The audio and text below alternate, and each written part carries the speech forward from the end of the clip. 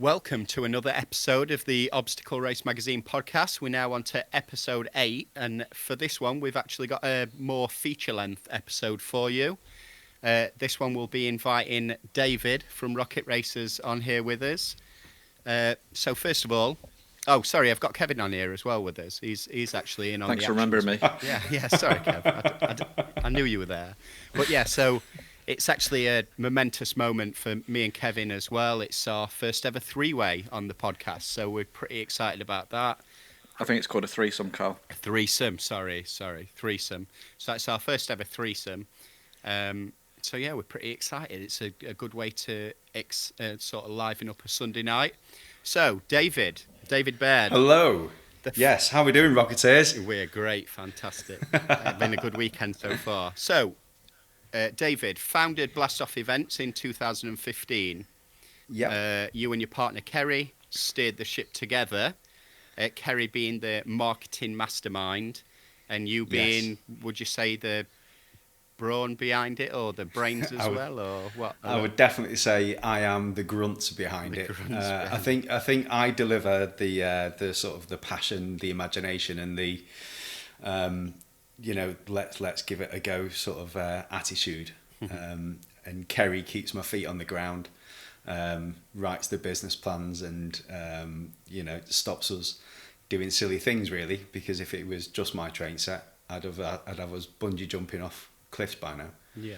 So most people know you as Rocket Race, but also you have Blast Off Event, which is where you do consultancy and health and safety and other bits of course design and what have you. You also, would I be correct in saying that you work with children and young adults who need sort of extra help and guidance and things like that? Yeah, so my normal A to B day job is I work with young people, so teenagers, sort of 16, 17, 18, that are vulnerable, and I give them, some guidance and some support.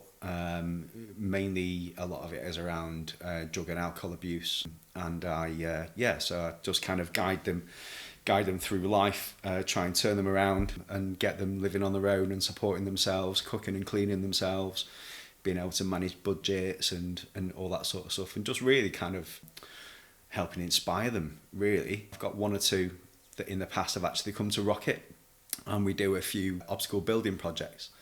We did one a couple of years back now where I got a young person and we did a dragon's den to the funders as to why they should fund him building an obstacle, and then we got the funding and he designed it and then he built it with me, and on the day he marshalled it and then ran in the marshal wave afterwards, and that was kind of combining those two worlds together was absolutely amazing. And this young chap was 10 foot tall by the end of the day. He was so proud, and everybody was high-fiving him and everybody was congratulating him on what a great obstacle he'd built and all that sort of stuff. So yeah, it's nice when it can combine both worlds. And how long have you been doing that for, David? I think probably about 10 years now. It's a good chunk of your life then. Yeah, about 10 years. I re-qualified. So I left the army, and I used to design telecoms systems for big blue chip companies in London. Drove the BMW and wore a suit every day, and then sort of decided. Yeah. And then decided that I was going to change my life. So retrained.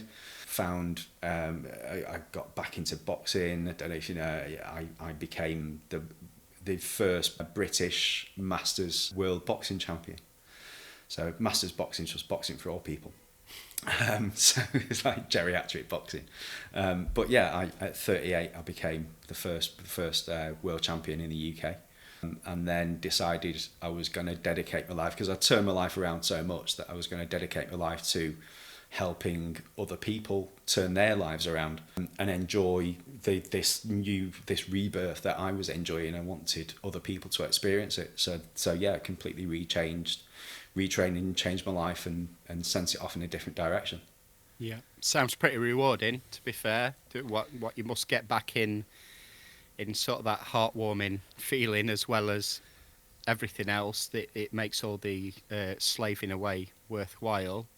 So you served for 12, just over 12 years in Yeah. as in the army. In the, was it infantry? Yeah, I was in the Cheshire Regiment for a fair chunk of that, and then moved across, and then I was working with some. So that's where the youth work started. So I moved across, and I was working with some young potential soldiers for a few years, teaching things like look at life courses, where we'd take them away and give them, so like work experience at school. Yeah. So they'd come and do their work experience with me, and they'd do this course that I'd teach with the rest of my team, and they'd do the course, and then at the end decide whether they were going to push on and join the army, or or the Navy or the RAF or whatever. So I did that at the end of my military career, the end of my infantry career. Did that for a few years before finally leaving. So what made you want to start putting on events? Well, that's massive. So I found it's kind of all the same journey, if I'm being honest. So left the army injured and really depressed and all that. Found boxing. Fast forward on that, became world champion. Fast forward on that, and decided to retrain and start giving some stuff back to people and start inspiring people. And I freshened up all my PT qualifications, and I started a boot camp. With the boot camp, I'd found OCR, so I'd done my first ever Tough Mudder, found OCR, and it completely changed my life, and I just loved everything about it because it was just so inclusive, all shapes, all sizes. I went to all these events on my own, and you were never on your own because there's always somewhere there to help you, and just the feeling of euphoria and achievement at the end of it was just huge, and I loved it. So I had this boot camp running, and I'd convinced all of these people that come to my boot camp to come and sign up for a Tough Mudder. My first OCR team was called Baird's Muddy Campers, because my gym was called Baird's Training Camp. So Baird's Muddy Campers all signed up to the first Tough Mudder, and in that training, I was going out racing on the Saturday, and then I was doing training events for these guys, for the Muddy Campers, on the Sunday. And where I was in Gillingham at the time, I'd created this kind of urban OCR where I was teaching these people to jump over walls, and we were running through streams, and we were jumping over ditches. We had this one awesome section where we ran down a river, and there was a footbridge over the top of the river, and we'd jump up, a bit like the Bridge of Despair, and we'd jump up and we'd pull each other over the bridge, and I'd put tyres in the bushes, and we'd go and do tyre runs and all of this. And it dawned on me that what I was charging £5 for this running boot camp session was actually, bearing in mind it was 2014, was actually better than a lot of the races that I was going in and running in. And then I had this kind of this real realised that I had an eye for it. I had an eye for turning things that you wouldn't normally class as an obstacle into an obstacle, and like route selection and how I was going to what I wanted it to look like. And I had Kerry and Kate were both two of the people that I was training. There was then an opportunity for the first venue. First opportunity for the venue came up, and I was just having a chat and a beer with these guys, and they said, "We believe in you. We believe that you can do this. We've seen what you do with us. We really believe that you'd be great at this, and we're going to back you, and we'll do all the things that you're no good at." So things like setting up the website and all the emails, and because I'm really dyslexic, so they look after all of that side for me, so that I can be as creative as I can be and dedicate as much time. Because the first race, the first event that we put on, I didn't have any money for it. I didn't have anything. I literally built that first event from begging, borrowing, and stealing what I could, and I built it from the change out of my pocket. And my attitude back then is the same attitude as I've got now, which is you may You may have more money than me. You may have more backers than me. You may have a better education than me. You may have all of these things that I haven't got, but you are never going to outwork me. You're never going to beat me on my work ethic. So the first event started really with a work ethic, and then we kicked on from there. Sorry, that was a really long answer. No, it's good. It's a good answer, though. It gives people a good insight into where you come from, what you're all about, what your ethos is as a race as a whole. So fast forward in sort of 5-6 years, we're now in 2020, and this year is set to be the biggest and busiest yet for you and the Rocket Race team. So you've got 5 major events planned this year. So it's going to be a pretty mad year for you. Yes. For people who don't already know Rocket Race or don't already know about you and your themes around the events, I think it'd be good for them if we explained a little bit more about each one of them. Okay. So we might as well jump straight into it since we've got 5 to go through. So first up this year, you've got Rocket Race Apollo, and that's taking place on the 25th of April. Yes. What do you think makes Apollo unique, and what would give people an incentive to go and sign up for Apollo over maybe another OCR? First and foremost, I'm massively passionate about homegrown OCR. When I first got into OCR, I was the guy that did, I only do Tough Mudder, I only do Spartan. I was that guy. And then I did my first homegrown OCR and just loved it. What was that? It was actually Dash of the Titan was the first homegrown one that I did. Nottingham way. Yeah. Loved it. Absolutely loved it. And that really kind of inspired me. So what's different about Rocket is, number one, the family. There's a definite family around Rocket. We call everybody a Rocketeer for a reason, because we create that. Our marshals are amazing. Everybody who comes to my events says the marshals are just great, because we have this, I talk to the marshals beforehand, and we really want to change somebody's life. We really want to make somebody's day. And I tell the marshals that we have a real opportunity to influence somebody's day, somebody's week, somebody's month, somebody's year. We have a real opportunity to do that, and why wouldn't we? So first and foremost, the family. Everybody that comes through the gate, whether you're a runner, whether you're a marshal, whether you're a helper, even the scouts that come and put our tent up for me, everybody is part of the family, and we all have a massive smile on our face. You're never on your own at Rocket. The feeling of camaraderie, the old school feeling of camaraderie and all of that sort of stuff. So this is why I never wanted to put chip timing and all that sort of stuff into Rocket, because I don't believe that that's Rocket's place. I think there is a place for that, but I don't believe that that's Rocket's place. Is to I want everybody to enjoy it. I want everybody to achieve things. There's no penalties for failing anything. There's quite a few times, so with the times when we've had a rope climb, if we say it'll cost you a high five or a hug if you don't do it. That's as much as the penalties get. Yeah. And we've just grown and grown and grown, and everybody, I think the people that come, week in, time in, time out. And every event that we put on, we get so many people come back, is because they can also see how it's grown. They can also see, you look back at that first ever event, I was building walls out of tractor tires because they were free, down to the events we've got now, and people can see that growth, how it's grown organically, and how the event villages now swell and all of that sort of stuff. So I would say if you're passionate about OCR, then Rocket is definitely one, because I build the event that I want to go and run at. So I build the event that I would go and pay to run at. And I love OCR, I've been in it from back in the day. So it's a definite OCR lovers course, all about the obstacles.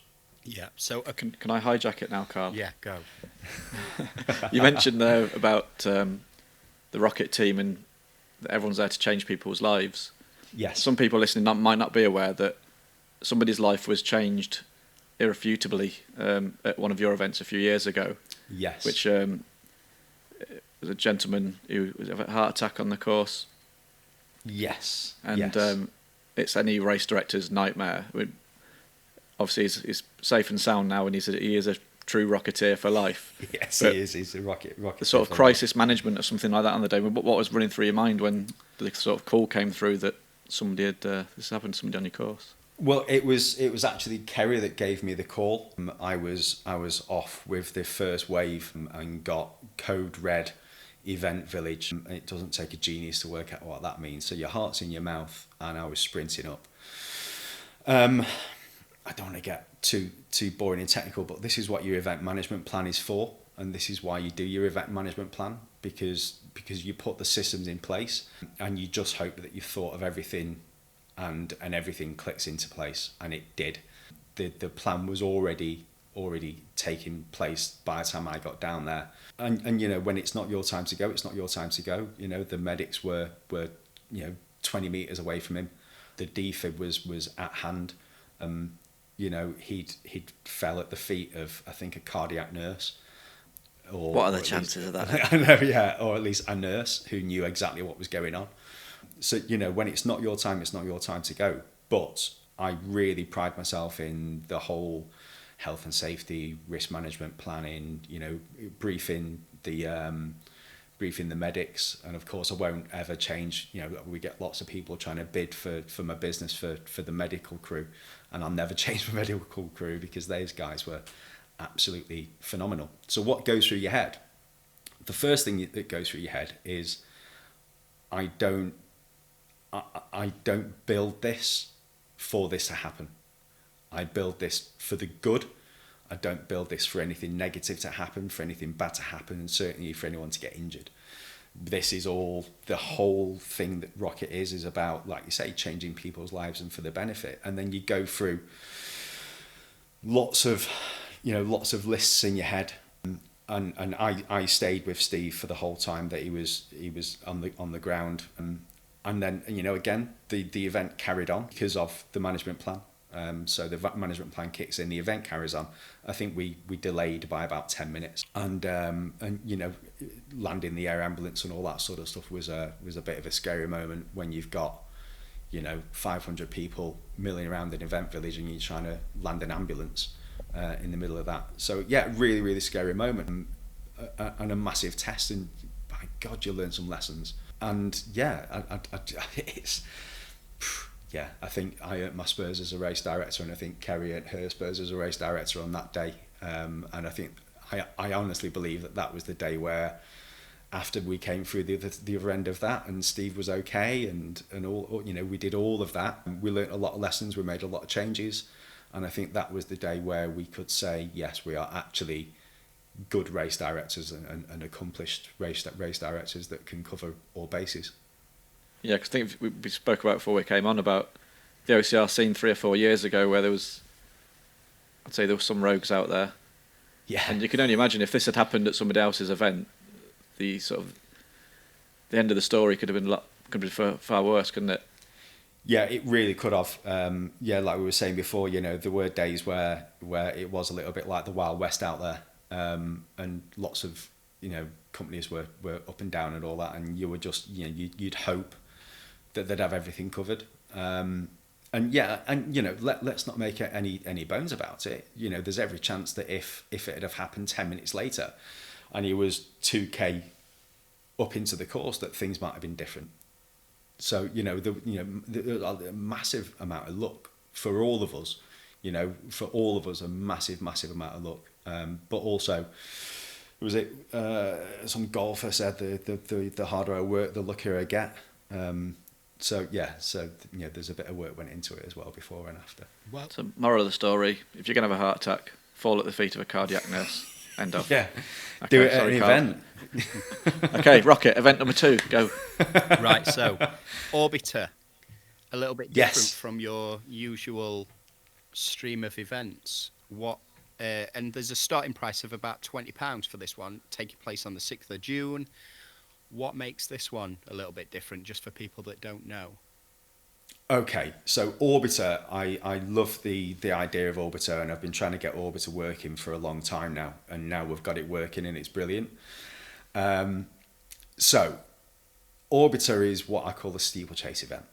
So you are going. So it's a OCR occupies a space, okay, and people get into OCR for lots and lots of reasons, and it can either be for some people it's a transitional sport, which means that people will start the whole life change, join a boot camp, go to an OCR with a boot camp, and then as they train harder, they'll get better and better, and sometimes go on to triathlons or whatever.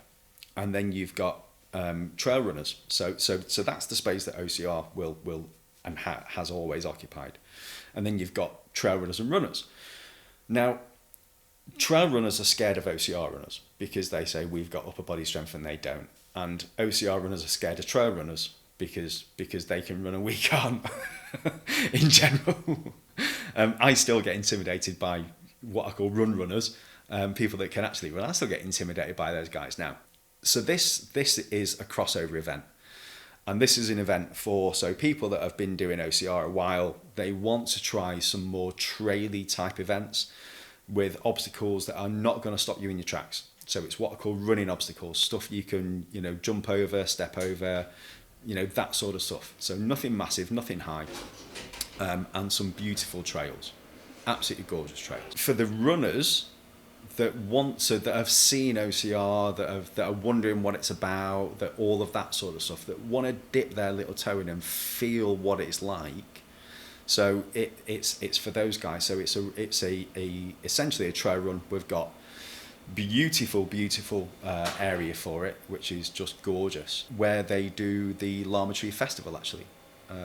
So we've got lots and lots of land out there, and we've got trails, we've got some forests, big open spaces. Yeah, we've got just about everything that goes into that, and it's that one mass start at this as well. So there's no waves. It's just that big one massive start. Everybody goes, and that it's going to be a real spectacle, a real spectacle. And I think the trail runners that come and do it will be a little bit shocked in the route selection, because as an OCR runner, we see, as an OCR race director, we see routes slightly different to trail running race directors. I'm real good friends with one of the UK's best trail running race directors, Andy from White Star Running, and there's areas where he would run straight through. So this one particular area, it's huge, big natural bowl. He's going to run straight through, or he would run straight through. We're going to do the steeplechase there, and we're going to have a line of about 200 metres of these steeplechase obstacles at the bottom of the bowl, creating just this big sweeping run down the hill, over the obstacle, back up the other side, this big sweeping switchback that visually is just going to be phenomenal, absolutely amazing. So yeah, and it's just beautiful, absolutely beautiful. What's the date of that, David? So that is the steeplechase day is the first weekend, 6th of June. Yeah. And where's the location exactly for that one? Sorry, venue. So it is the location is the people know it for the Lama Tree Gardens. So Jules Holland does a big festival out that way, a big music festival. And there's a big public school and golf course and all of that sort of stuff. Yeah. What's the name of the estate is Rushmore Estate. So if people wanted to Google Rushmore Estate and have a look at that, it's gorgeous. Yeah. It sounds perfect, especially like you say, it's a good crossover event. A good one to get trail runners, maybe give them a little taste of OCR, and OCR runners a chance to stretch the legs, test their endurance, blah blah blah. Yeah. Especially with the different distances that are on offer as well. So you've got, is it 10k, half marathon, and marathon? Is that correct? Yes, that's right, and so that's the same with Apollo in April as well. So 10k, half mara, full mara, yeah, which I think is brutal. And with Orbiter, so we've got 3 distances, and I think if you really want to test yourself, the Orbiter Marathon is possibly going to be one of the targets of the year for people to get through and post. post a half decent time. At that. Fab. So next up, we've got a pretty exciting one. Challenger Games. I know you are incredibly passionate about this one. That's taking place on the 4th of July. Tickets starting at £65. Is that right? About £65? Yeah, £65 for a ticket for that. And that, unfortunately, I can't really get it any cheaper because of the scale of the thing and because we've got what we've got involved. So yeah, this is this actually. I know this is going to be an aside, and I do tend to talk quite a lot. Actually, so this event was born at Mud 7. What commission do we get on this? You get 10% or nothing. I might give you a shout out on somebody else's podcast. Oh, cheers. Yeah, no problem. So I stood at Mud 7 and would the second year that I'd put a section on, and your first runners came through, and we were all stood proud at these obstacles, thinking, oh yeah, this is gonna stop me. And I built a big version of Vexed. And even Mark Turner had failed to get over it. And it done his head in that he'd failed to get over it. So we were really pleased. And when the first kind of elite runners came through, we all stood there watching them, waiting for them to get stopped in the tracks, and they just hopped, skipped, and jumped over it. And what is Vexed for people who don't know? How would you describe Vexed, David? So the easiest way to describe Vex, if you look at it from the side, it looks like a big X. So as you approach it, you've got a wall that leans towards you, but the wall sort of starts 4 or 5 feet off the ground. So there's nothing for your feet to get under. There's no, so you've got to flip over that, and then there's a leaning wall away. So you're in the middle of a V, and then you've got to flip over, turn around, and then flip out. Yeah. If you're a pro, or scramble up. Turn around and then jump down.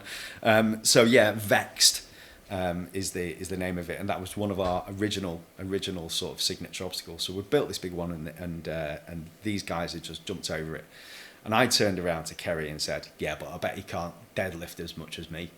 And we had a bit of a laugh about it and a bit of a joke. And then I'm kind of sat there and thinking, "What can you deadlift? Go on. What can you deadlift?"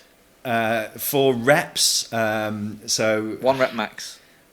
1 rep max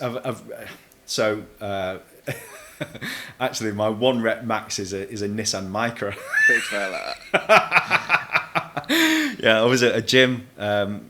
Me and Paul from Cliff Lakes were at a gym, and we saw a Nissan Micra with 2 handles sticking out the back of it, and I was like, hold my beer. So I deadlifted a Nissan Micra, and my spine pretty much shot out of the back.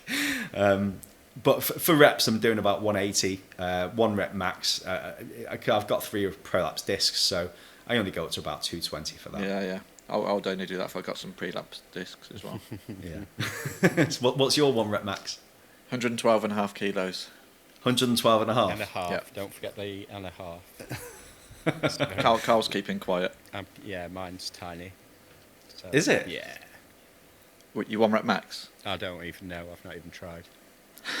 No. Well, you see, I don't really lift. And actually, we were talking about this today, actually, because a friend of mine has been at a weightlifting competition. And I just had a bit of a play with it about 2 years ago. And just kept putting weights on and like repping eight sets, so 8 reps per set. And went up to 180 and was doing 180. And I just put it out there and said, "Is that any good?" And everyone's going, "Yeah, you need to compete." And then I thought, oh, maybe I should get into strongman because I can eat whatever I want, and being massive is like a bonus. So anyway, I didn't bother. Right. So back on track. Yeah, we've veered. So anyway, back on track. I can deadlift more than you. We've veered your miles off there. So Challenger Sorry. Games. Yeah. It's me again. So, yeah, Challenger Games. So Challenger Games is, again, visually it's going to be spectacular. It's actually, I firmly believe it's going to be the biggest fitness test of the year. It's huge. So what you've got is 10 stations, Now, 2 of these stations will be forced rest because of the nature of the event. So you've got lots of different, do you know what I mean by a WOD, workout of the day? Yeah. Yeah. So you've got lots of different kinds of fitness tests, ranging from bodyweight only things to things including obstacles. I can't give too much away because the whole thing that we're saying is train for everything, expect anything. So I can't give the workouts away. So you've got these workouts that will be all the stuff that I love doing. So anyone that kind of knows me or whatever will realise the kind of stuff it is. Lifting micros. Yeah, Nissan micros, that sort of stuff. So there is actually a bit of strongman in there. There's a little bit of CrossFit in there. There might even be something that you need to take a gum shield. There's no fighting, but there might be some kind of combat thing in there as well. Lots of kettlebells. So we've got that sort of stuff. And you're going to score points. And then we're not going to tell you what we're going to do with those points because, again, I'm not going to give the game away just yet.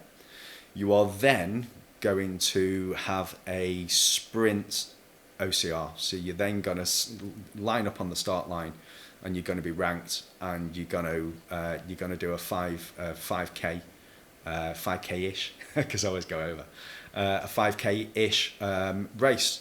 First past the finish line wins. First past the finish line finishes. First past the finish line wins, male and female.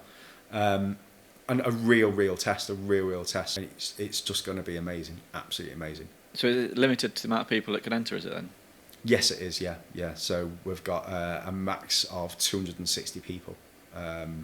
So the other thing that we're doing is, so if you go and like our page and go onto the Rocket Race page, I'm producing some workouts to get people used to some movements as well, and to kind of get people into the mode.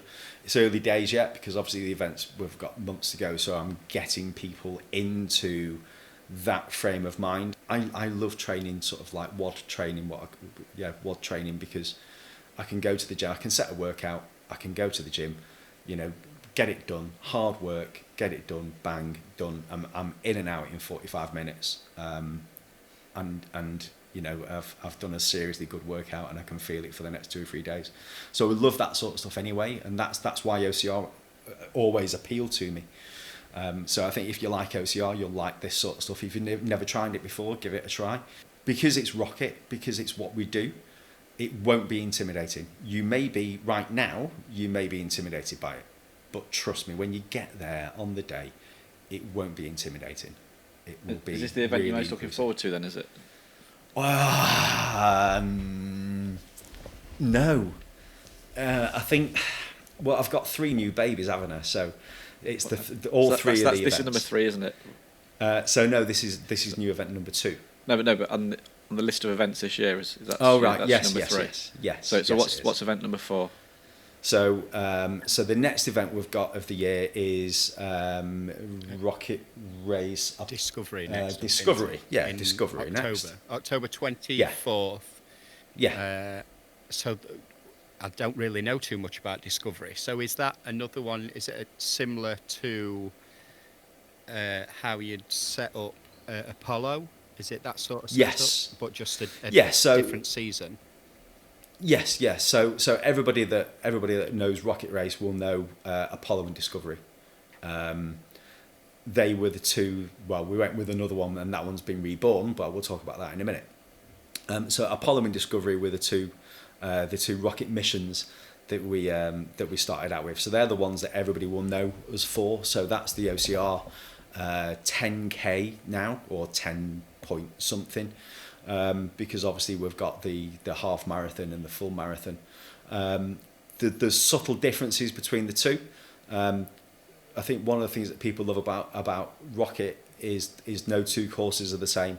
I spend a lot of time changing stuff up. I'll always learn. So at the end of each race, me and the team will sit down and we do what we call a good, bad and ugly. And we'll go through everything, what obstacle worked well. So I'll have a vision in my head about an obstacle, and so, because it all gets born out of a picture or a movement, a picture that I want somebody to look like when they're doing an obstacle, or a movement that I want them to perform, or a thing that I want to test. And I think, so we'll develop an obstacle. We had one the last event out that didn't quite work. So that obstacle is now gone, and it's been redesigned, and we're going to have something else. So no two events are ever the same, and I'm really, really proud of that. I put a lot of work into that. Yeah. Event number 5. Okay, so drum roll please. So this is Atlantis. So we previously had an Atlantis and we didn't do it anymore. And then, so of course this one has to be called Atlantis because of the water. This is the one that I'm really, really, really excited about. So this is the alternative triathlon. Because again, these Iron Man guys and all the rest of it, it looked great doing a triathlon, but does it intimidate me? Hell yes. Have I got the hours to train for that? Not a chance, no. And would grinding out all those miles bore me? Without a shadow of a doubt. So being OCR people, we have to do something different, and I've created this. This is another event that I've been wanting to get off the ground for a while, and I've just always had this vision in my head of how cool this could be.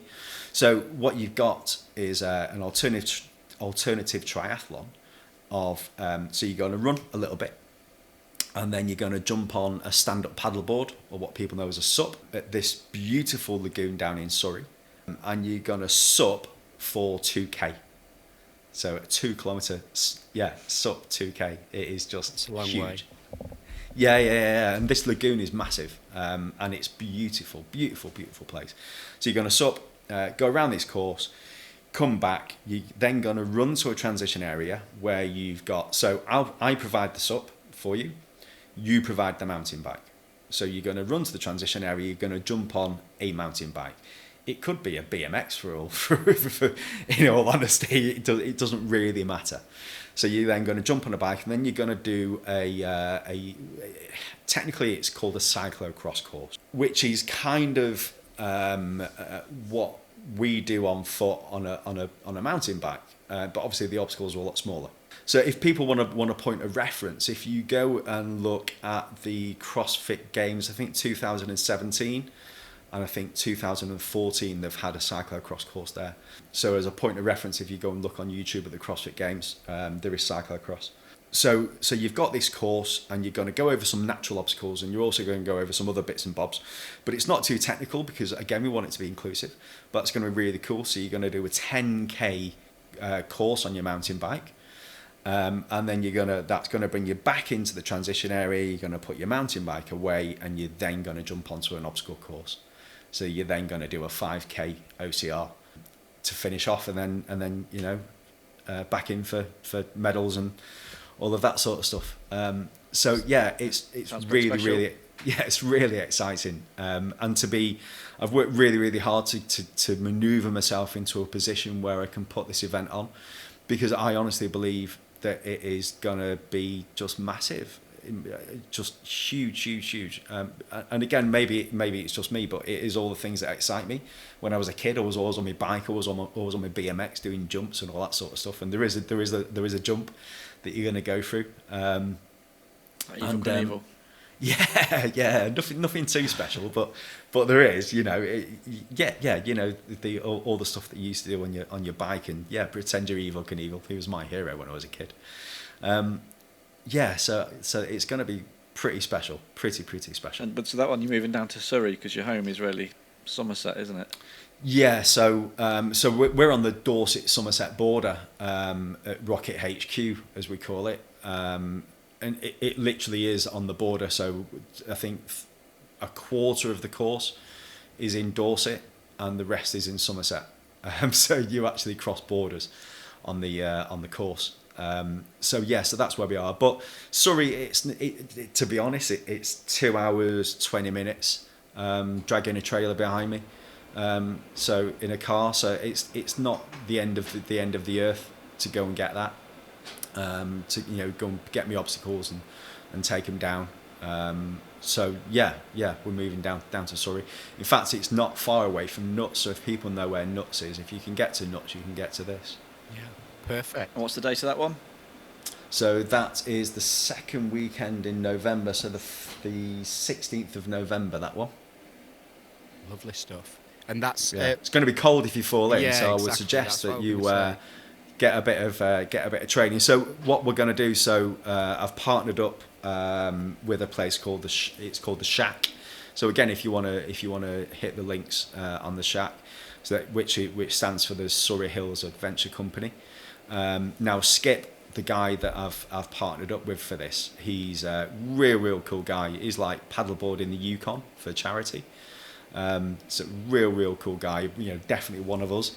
And during the summer, he's going to be putting on some days. We're thinking about doing an orientation day beforehand as well, so people can come and walk the course and come and have a go on the subs and all of that sort of stuff. So there's going to be training available for people because it could be quite intimidating. But he's so good. This guy's so good. He doesn't even falling in isn't an option for him. It's just not even. I was sat talking to him. We were talking about dates, and I said, so what if people fall in? And he was like, what? People aren't going to fall in. Like, no, trust me, people are going to fall in. But again, you're not going to be on the board for that long. You've got a transition area. You can dry off. You can change clothes. You can get warm, and you're certainly going to warm up by the time you get on your mountain bike. Fantastic. Sounds good. So a little bit of a recap. So Apollo is probably the one that's going to be the most in terms of family fun orientated, and that's the 25th of April. Then we've got Orbiter, which is something really not aimed at, but that will be good for people who actually really enjoy running or want a little bit of a taster of OCR. Challenger Games on the 4th of July, which is a hybrid event, so OCR meets UFC meets strongman meets CrossFit and whatever else comes to mind for David before events day, I guess.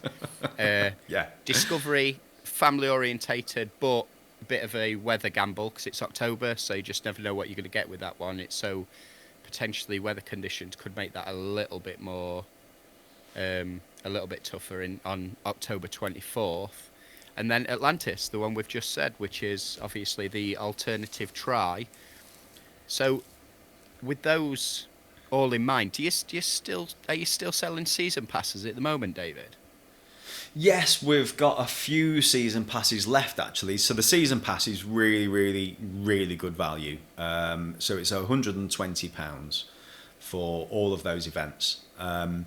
So for me, the season has been designed in a certain way for it to make sense to me. And really, what I've said to people is, stick with Rocket, get your season pass, and we're just going to deliver you an awesome season of events that are diverse, that are all different, that all change you in some way, that will challenge you, that will give you a reason to change up your training programs, to change up your routines. People have decided this, in January they're going to get themselves fit. Well, I'm saying, I'm going to give you a reason. Same for, your boot camp owners and your gym owners, and giving them a reason to change up their training, to challenge themselves, and to do different things for the whole season. Yeah, sounds good. But £120, they only have to take part in, say, either one of the more traditional OCRs of yours, so Discovery or what have you, and then Atlantis, and they're already nearly at that 120 anyway, so they need to stick one more in there, and they're already making a massive saving. Or Challenger Games and Atlantis, and they're already making a saving. So it is definitely good value. So hopefully people... Did sound a bit too cheap. Yes. 120 quid. It is a bit of a bargain. So that's good. And I just thought that little bit would actually give people an idea of what you're all about, where you're from, and what your events are. Because sometimes it's very easy to go onto someone's website and get snowblind by all the information that you're getting thrown at you. Whereas doing it this way, people actually understand what's unique about each event. If one stands out for them, then obviously they know that one can be a focus for them to sign up for. If they all stand out, then away they go, £120, and Bob's your uncle. So, going on to a bit more of a pressing question for you, David. Okay. Behind every successful man, behind No, yeah, behind every successful man, that's right, yeah, is usually Yeah. a strong woman or a lady supporting them, or vice versa. A partner Yes. who is supporting them in their quest to be the best that they can. And that's, for you, that's Kerry. Kerry is Yes, it is. your right-hand woman, Yes. your tech advisor, your marketing extraordinaire, Yes. guiding you through the minefield of technology and anything else that you may not understand along the way. But what people maybe don't know is that you actually saved a life, David, didn't you? You went out of your way in a real Superman move and saved a life. That's the rumour going round Yeah, anyway. so what happened Yes, I there, did. David? Elaborate on this, David. Yeah. Well, first and foremost, I couldn't do any of this without Kerry, and it's Kerry's faith in me and belief in me that has allowed all this to happen before I get myself into too much trouble. So Kerry and I were at an event, and we'd decided to camp at the event, and I was going to run again. It was a 2-day event, so I was going to run again the next day. So we did day one. Kerry did really, really well. Only cried about 3 times, which is a real good result for Kerry on obstacles. And we bedded down. Now, I have a saying that I had enough of practicing getting cold and wet in the army. Any idiot can get cold and wet. So got in my tent, and I've got a double duvet that I'm lay on, another one that's on top of me, and a throw that's on top of me, and I'm toasty warm, and I can hear this kind of noise, this shaking outside, and Kerry's not really very prepared, and she's going down with hypothermia in her tent. Now, I don't know if you know the immediate action you should take if somebody's suffering from hypothermia, and that is so you get hold of them, you bring them into your sleeping bag, you take all of their wet, cold clothes off them, you take all your clothes off, and you use body-to-body heat to bring their temperature back up to speed again. I have to say, I've never heard of this concept, David. Are you not making this up? Or is this what Kerry told you? This is what Kerry told me. Trust me, we did it in the army all the time, and enough about that. And while I was bringing her temperature up, I thought, oh dear, her breathing's gone a bit funny. She might be having some kind of fit or something, but she wasn't. She was just a bit close to the big Baird Meister, wasn't she? Savouring the moment. But obviously, yeah. That was a real life-saving thing you did there, David. And without it, Kerry might not even... Yeah, Carl just wants to put an end to this here. He's getting a bit worried here because it's not an X-rated podcast. This is a family-friendly. Yeah. Kerry obviously has a lot to thank you for, as well as you having a lot to thank her for. So it's a bit of a dream team, as far as I'm concerned, whether the actions of that evening were honourable or not, or whether there was an ulterior motive in that little bit of advice you were giving Kerry while she were not quite all there. I don't know. We can't really say much more on that, but it was definitely honourable, and I'm saying that because Kerry's mum's definitely going to listen to this podcast. Kerry's mum, David, is a real lifesaver in my eyes, and I think he's a real hero. So from here, then, David, what we want to start doing with people that we interview, we want to give them 30 seconds to basically go all out and sell themselves, sell the brand, sell themselves as an athlete or as a race director or their race to the people listening. So what we're going to do is give you a 30-second run at it to be able to give people, put you on the spot, be able to give people as much information as is physically possible. So this is your chance to sell it. As you've guessed, it takes me 15 minutes to say anything. Well, I'm going to give you. So what I'll do, I'll give you a bit of a countdown into it, and then you've just got to go for it, and then I'll cut you off at 30 seconds. So are you ready, David? 5, yeah, I'm 4, ready. 3, 2, 1, go. Okay, so why should you come to Rocket Race? Number one, it is awesome. It's a homegrown, independent event. It is what OCR truly is all about. We're all about the obstacles. There's more obstacles than running, because I don't particularly like to run, and I like to build obstacles. So we've got a massive load of obstacles. You should come and get a season pass. Do all the other events as well. We're a huge family. We've got amazing marshals. We've got amazing marshal That's leaders. it, David. Got... Oh, David. See, I'm no good at talking fast. I can't do it. I've just got too much to say. To be fair, I think you did such a good job at in the introduction to the podcast that people already know a little bit about what you're about and what your ethics are and what they should expect when they're going to turn up for one of your events and what sort of experience they're probably going to have anyway. So you did a good job there, and the 30 seconds were just probably a little bit of an opportunity for you to just ingrain that even more.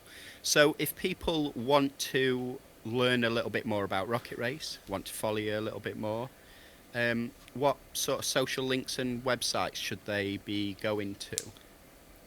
So we're on all the usual social media platforms. So we're on Facebook. So search Rocket Race on Facebook.